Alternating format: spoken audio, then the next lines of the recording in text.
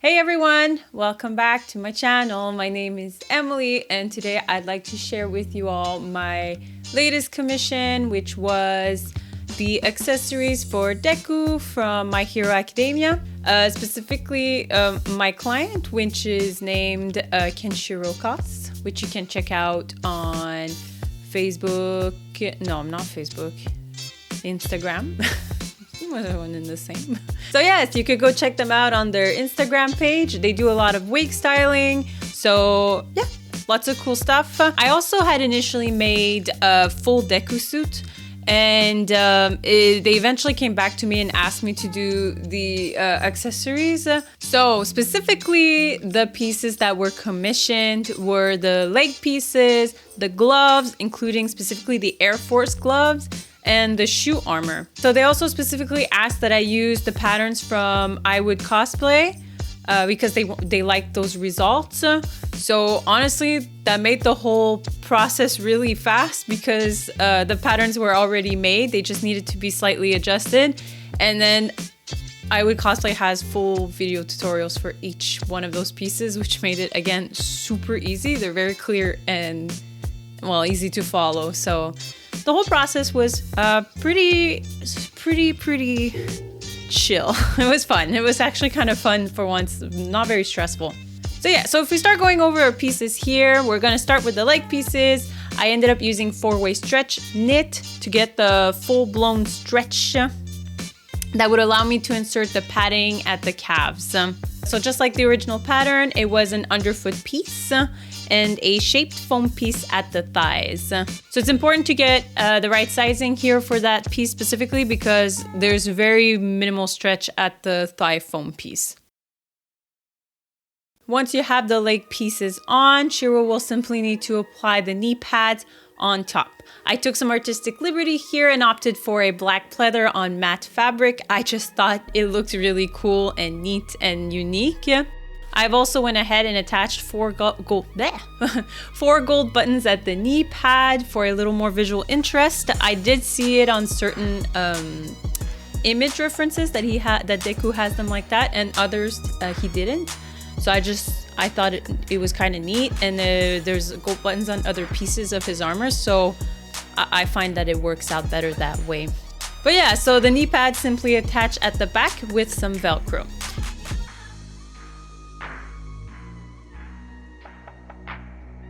If we take a closer look at our pieces, we'll notice that there is an added texture on the knee pad and also a strong dent in the calf pads. So I think achieving that visual effect was actually of the utmost importance, or else the piece looks a little flat. Okay, so when it comes to the Velcro pieces at the back of the knee, they were split into 3 little separate pieces to allow more comfort when it comes to bending the knees. Moving on to the arm pieces. So you'll immediately notice that they are way too big for me, and that's completely normal. My client had much bigger biceps than me. So because the piece is made from a stretch wide pleather, you can easily just slip your arm through it absolutely effortlessly, and this would be the first piece to put on for the gloves.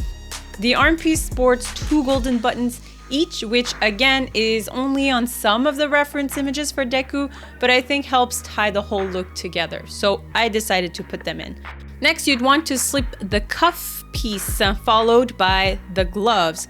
I personally found some issues with this setup, and that's the fact that the cuff would slide up and down my arm when raising them, or would slide around in circles around my wrists, which would misalign them in the process. So to rectify for that, I've added a snap at the glove, along with an elastic piece with the other side of the snap inside the cuff.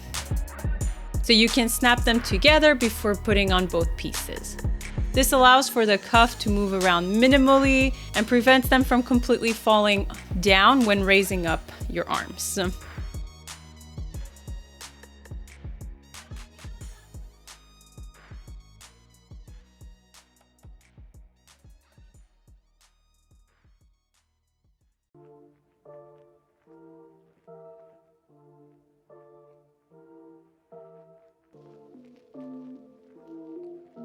as you can see here, there's a small elastic piece with a snap that keeps the two pieces locked in together, but you still have the possibility of separating them if you ever needed to.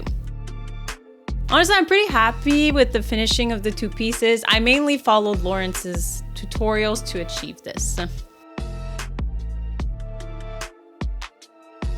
Okay, so I actively completely forgot to film the shoe armor.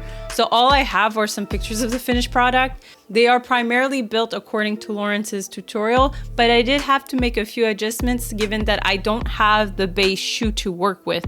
Essentially, a lot of the pieces have to be attached together using elastics to allow a little bit of stretch in case the client's shoe is a little bit bigger or differently shaped.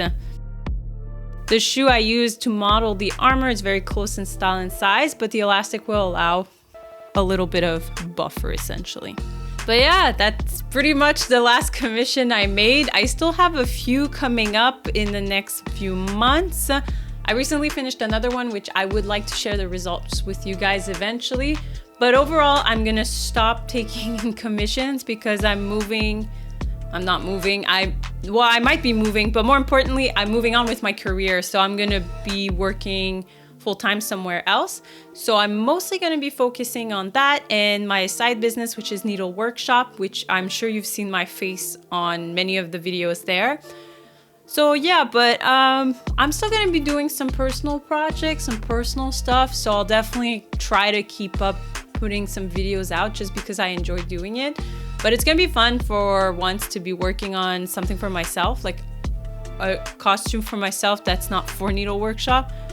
And also I love upcycling, so some upcycling fashion stuff. That's always fun.